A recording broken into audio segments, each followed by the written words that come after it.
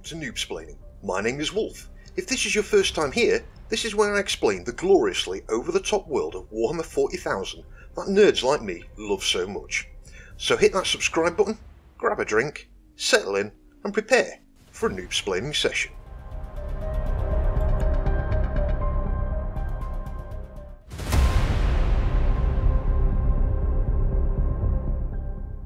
As requested, today I'm going to talk about the Dark Angels. I'll try not to get all starry-eyed, but I am biased as along with the Space Wolves, the Dark Angels are one of my two favourite Space Marine chapters. Actually, to be fair, they're about the only two chapters I have any real love for. I digress. So let's go back to well before the Horus Heresy, back when Emperor Chris was in the process of unifying Terra from the various different factions of techno-barbarian warlords. As this is the world of 40k, you can bet that the phrase unifying is misleading as it encourages thoughts of diplomacy and compromise. It wasn't. If you were one of said warlords, you had two choices. Either you were 110% committed to Emperor Chris's vision for mankind, or he would make you 110% dead. To complete that second part, Emperor Chris knew he would need a strong army of super soldiers to take on the techno-barbarian warriors. In fairness, he could have done it himself, but Emperor Chris is a busy man and he can't find multiple wars at once, so he went about genetically modifying some humans into the first transhuman.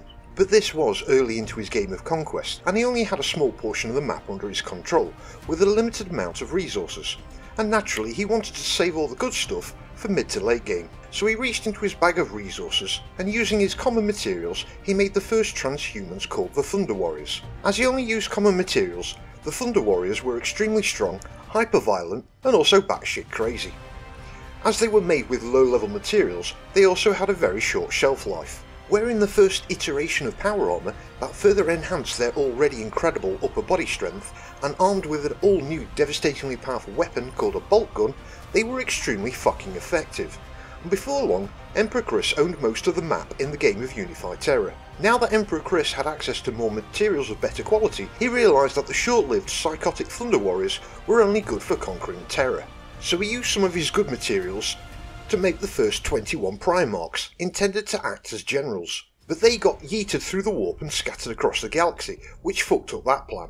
So with the few good materials he had left, he went back to the genetic crafting table and created the Astartes.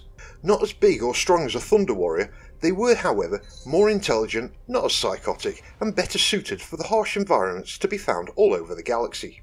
Emperor Chris then started to mass produce them, and thus the Legion was born. Originally called the Angels of Death, a moniker that would eventually be applied to all the Space Marines, they eventually settled upon the name of the Dark Angels due to the fact their armour was jet black, and it would be some time before they went for the dark green they have today. At this stage, they were not known as the First Legion, they were just the Legion. Now, if the Primarchs are Emperor Chris's sons, the Space Marines are his grandsons, and just like any doting grandfather, he spoiled them fucking rotten. He wanted to make sure that each and every one of his grandsons in his new Legion had the military equivalent of Nikes, Ray-Bans and Gucci threads. They were all given Mark II power armour, which, unlike the Thunder Warriors version, was fully enclosed, environmentally sealed, and enhanced the strength of the whole body, not just the upper torso. He also gave them an even more devastating weapon than the Bolter, which was the Volkite weapon. He also made sure they had tons and tons of spares. It was highly likely that they had enough armour and weapons for each Marine to have 4 spares of everything, probably more. It is also a very real possibility that the Dark Angels had enough Terminator armour to quit the entire Legion in it should the need arise. The Thunder Warriors finally conquered the last part of the map, allowing Emperor Chris to claim victory royale over the whole of Terra. So he rewarded his loyal and hyper-violent psychotic Thunder Warriors by massacring the lot of them. Although nothing has been confirmed, it is believed that the Dark Angels were actively involved in this awards presentation ceremony alongside the Custodes. So with Terra now conquered and some new and improved super soldiers at the ready, Emperor Chris installed the new DLC and activated Galactic Conquest mode. He soon realised that one Legion would take forever to conquer the galaxy, and time was something he didn't have. Soon enough he had several legions ready, and off they went to start claiming more of the map for him.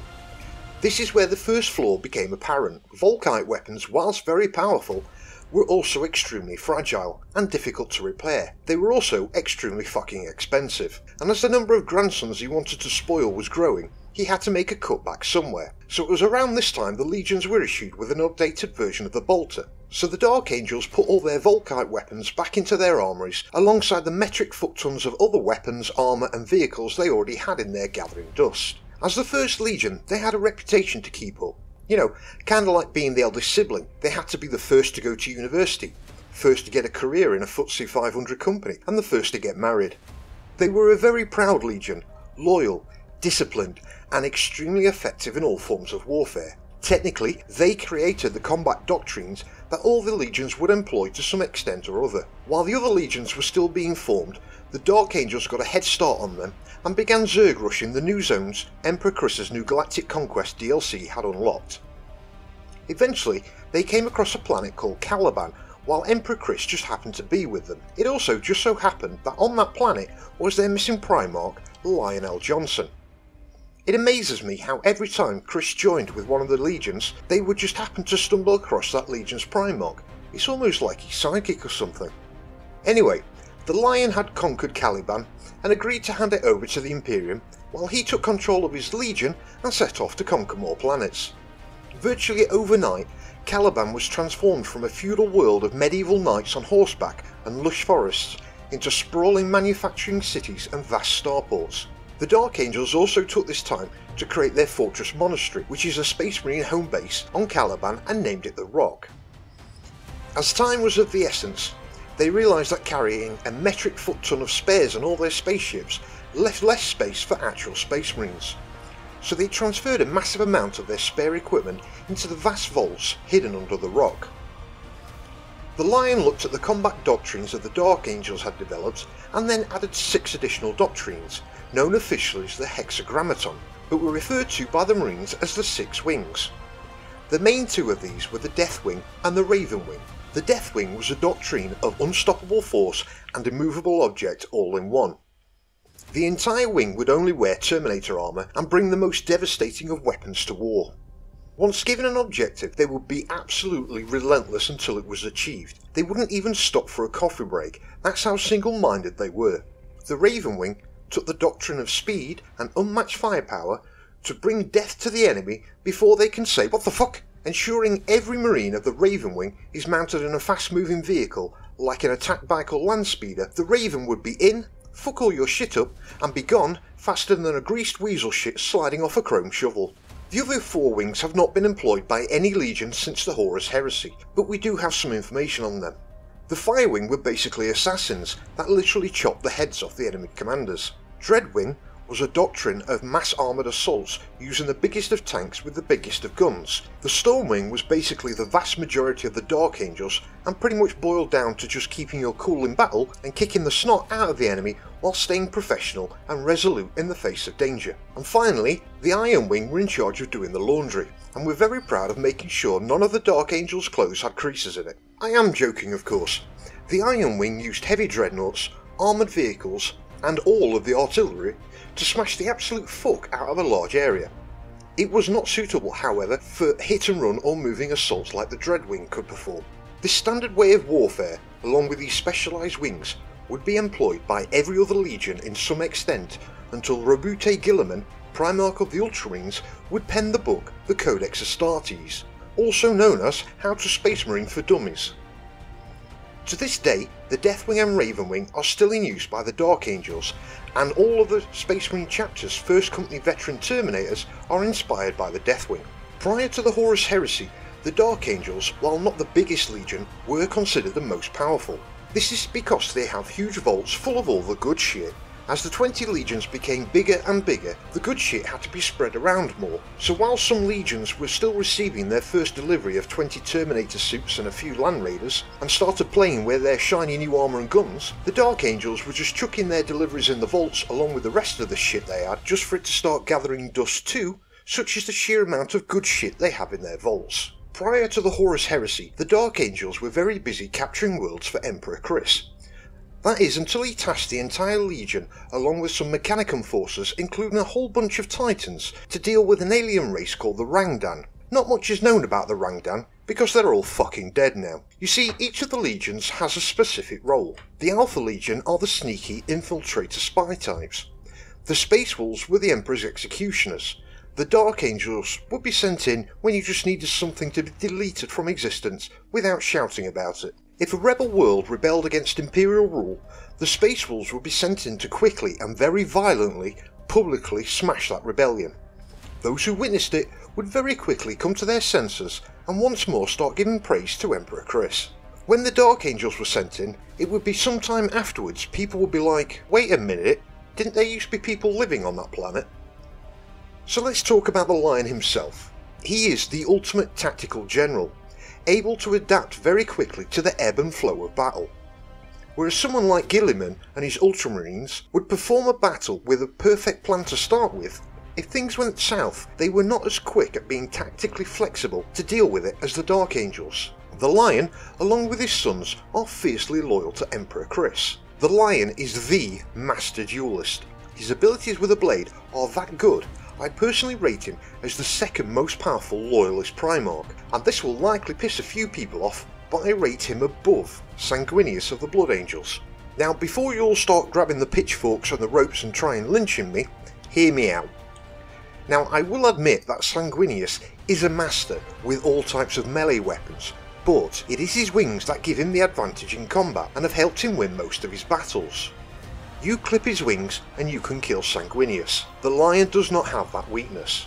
What weakness he does have though, is his inability to understand people and their emotions, he himself being very emotionally cold. This became evident on several occasions. For example, one occasion when he and his brother Primarch, Layman Russ of the Space Wolves, a man so fucking tough the Imperial Guard named a tank after him. Anyway, the two got into a brawl over a kill steal, and after 24 hours, neither had gained the upper hand. And when Russ realised what they were doing was absolutely absurd, he broke down laughing. The Lion, instead of realising what was going on, took it as an insult and sucker punched Russ out cold. I think the 24-hour time on this has been embellished for the sake of the story, and it was closer to just an hour. I also think Russ was play fighting, but the Lion was giving it his best. But go watch my video on the Space Wolves for more information as to why I believe that. The Dark Angels Legion as a whole are known to be slow to lose their temper, but extremely tenacious when they do. They are also known to be very secretive about their inner workings and the history of their legion. This again stems from the Lion's inability to understand emotions. During the Horus Heresy, he got really pissed off with a few members of his legion, most notably his second in command, a man named Luther. Luther was the man who had raised the Lion since he was a boy. The Lion, however, viewed him as a friend, not as a father figure. Like I said, the Lion is cold. Even though the Lion was pissed off at Luther and a few others, he did recognise their abilities and the use for their skills. So instead of executing them, he sent them back to Caliban during the height of the fighting in the Horus Heresy and put them in charge of training the new recruits that were to be shipped out to the front lines. At first, those who were sent back took to this desk job, as it were, with zeal, hoping that when the Lion saw the quality of the new recruits, he would forgive them and let them return to the combat fleets. As time went by, they realised they were not going to rejoin the fleets. This festered amongst some as resent for the Lion. Others started to resent what the Imperium had done to all the lush forests of Caliban by replacing all the trees with factories and starports. Now before the Imperium arrived at Caliban, the whole planet was ruled by several knight houses. And I mean actual knights, not the two-legged walking death machines. The Lion had united the houses and led them to hunt down all of the great monsters of Caliban. Now, although not official, it is believed by many that those monsters were created by warp energies tainting and mutating the local wildlife. The other thing Caliban has is a race of small hooded creatures called the Watchers in the Dark. Again, it is hinted at and believed by many these Watchers in the Dark to be warp-based entities that are benevolent to the knights for removing the evil warp taint that was mutating the creatures, and thus by extension are benevolent to the Dark Angels. The Watchers appear to have very powerful psychic abilities, and just their mere presence can force demons to withdraw. Now, turns out the evil Chaos warp taint wasn't totally gone, and this resentment festered the longer that Luther and his staff were in exile. Now, although they didn't side with the traitors directly, as that was inconceivable to them, they no longer wanted to be part of the Dark Angels or the Imperium as a whole, and generally thought they could go it alone and nobody would mind. So they stopped sending the reinforcements to the Lion and subtly changed the training programs to ensure the new Marines were loyal to Luther and not the Lion. Meanwhile, let's skip back a bit. The Horus Heresy came to an end, with Sanguinius getting his wings clipped, then his neck, Horus being deleted from the universe by Emperor Chris, and Emperor Chris requiring the use of a golden chair forevermore. The Dark Angels took this chance to kill as many traitor Space Marines from any of the legions that had backed Horus in what became known as the Scouring. Eventually, the Lion wondered where the hell his reinforcements are, and brought his fleet back to Caliban to find out what the fuck was happening. As soon as they transitioned back into real space, the Caliban orbital defences opened fire on them. Needless to say, the Lion didn't take this too well, so he blew up the whole fucking planet, leaving just a single massive chunk that happened to have the rock on it and all its vaults underneath still full of all the good shit. So they strapped some engines to it, some void shields, more guns, and turned it into a giant mobile fortress that they could move around to various different recruiting worlds, seeing as their primary homeworld had just been deleted due to a large bunch of the Dark Angels not going full traitor but had definitely become fallen angels. Now, being the First Legion, this was a really fucking big blow to their pride and a massive black mark on their honour. Fearing they would all be declared traitors, they did what any normal person would do and cover it up. This would lead to them spending the next 10,000 years hunting down any of the fallen and killing them before they could tell anyone about their dirty little secret. Now, the fact that members of every legion went onto one side or the other during the Horus Heresy makes it seem to us outsiders that this must be kept as a secret is somewhat silly and over the top. But the Dark Angels are not just a legion, they are the First Legion, the first to start the Great Crusade, the first the Emperor ever created. They have a reputation to uphold. Today it's such a well kept secret that even most Dark Angels are unaware of what happened, and it is only the highest ranking veterans that know the truth. The Dark Angels will hunt and kill these fallen, most of the time completely unaware of their true nature. As for the fallen angels, or the unforgiven angels as they are sometimes called, that escaped Caliban, some realised what they were doing was wrong and fought as mercenaries in the name of the Emperor. Others just disappeared hiding on faraway planets, and others, having nowhere to turn to, gave in to the temptations of the Chaos Gods. Robute Gilliman of the Ultramarines then decides that the legions should be broken into chapters of just 1,000 Marines per chapter. Now at this stage, the Dark Angels have gone from roughly 100,000 strong legion to around 30,000 strong at this point. So when 29,000 of them were told to get the fuck off the rock and find your own place to live, that left behind an awful lot of equipment that was in storage. It would be no exaggeration to say that the Dark Angels had enough gear in storage for each Space Marine to have 10 copies of every weapon and 4 suits of power armour, and that was when they were at 100,000 strong. Now, even if the other 29,000 Space Marines took some good stuff with them when they left, there's still a big fucking pile of it down in those vaults. Other Space Marine chapters will field First Company veterans in both power armour and Terminator armour, whereas the Dark Angels Deathwing First Company only exclusively use Terminator armour. The reason other chapters do this is because Terminator armour is so rare that even some of the more famous chapters like the Ultramarines or Blood Angels just don't have enough Terminator armour to equip 100 veterans in the field at the same time, and some of the more remote, less well known and least supplied chapters may only be able to field 5 to 10 Terminators. However, the Dark Angels supposedly have enough of it in their vaults to equip the entire chapter in Terminator armour and still have plenty left over.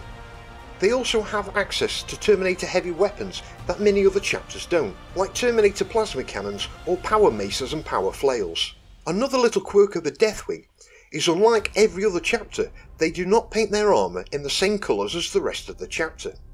Deathwing Terminators paint their armour bone white. The current lore is rather vague on this, just casually mentioning it is in honour of a bunch of Terminators who saved one of the Dark Angels recruiting worlds from a gene stealer cult. In reality, the lore that it came from is no longer canon, as it was the lore that was written for the Deathwing expansion of the classic board game Games Workshop produced called Space Hulk, which in my opinion, the original version of Space Hulk was the best box game Games Workshop have ever made. The lore, however, was created long before the word Caliban had ever touched paper, and considering when it was created, it was full of massive gaping holes compared to the lore we have today. In short though, At the time, the Terminators headed back to their only recruiting world, which they do once every 100 years, to grab fresh recruits, only to find it's gone from the people living on the plains in wooden lodges or roaming tribes to a massive industrial city that is secretly full of gene stealers.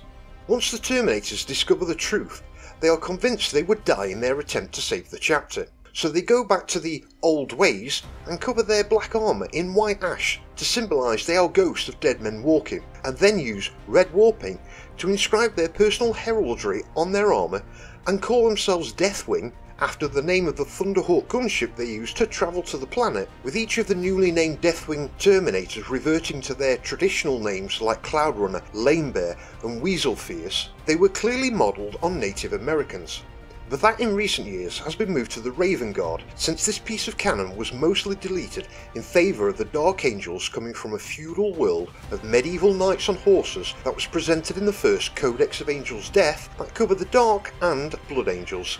Only 6 of the Terminators survived the fight in the city, who then subsequently burned the city to the ground, and after checking all the surviving citizens for signs of Genestealer corruption, they then split them into 6 groups and fucked off onto the plains to reteach them how to be plains people.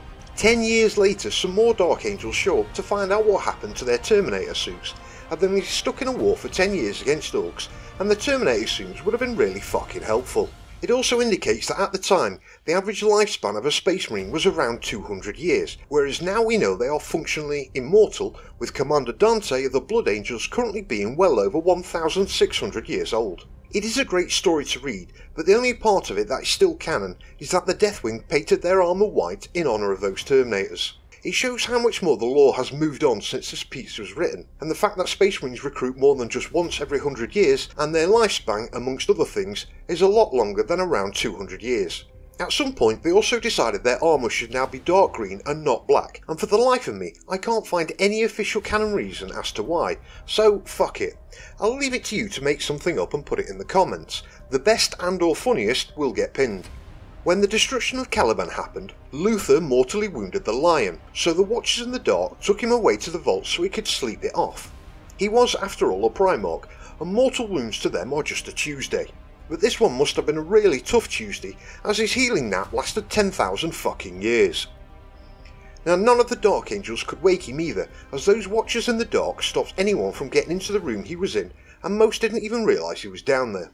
I wonder if some Dark Angels with their superhuman hearing would hear him snore and wonder what the fuck's making that noise, and when they go to try to investigate, they're just shooed away by a 2-foot creature in a hooded robe.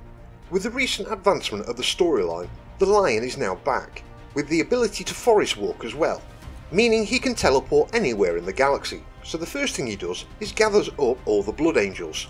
Then he forgives a whole bunch of the Unforgiven, pissing off some of the Dark Angels. He then gathers all of them up as well, and goes on a merry romp with everybody through the galaxy, only to find Caliban has been rebuilt by the forces of Chaos.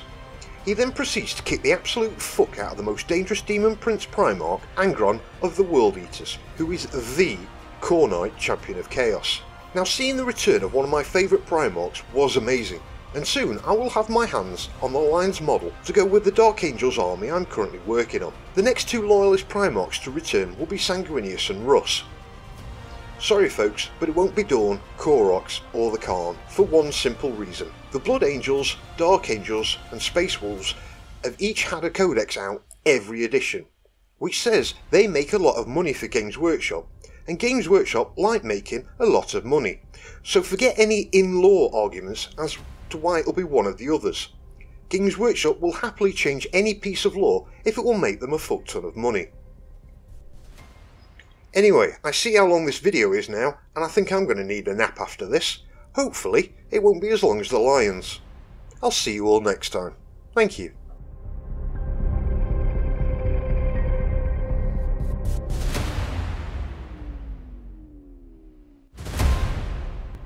And there we have it. That brings us to the end of this video.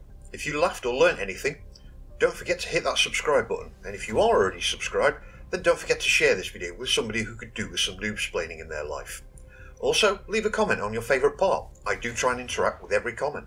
But if you made it this far, thank you, and I'll see you next time.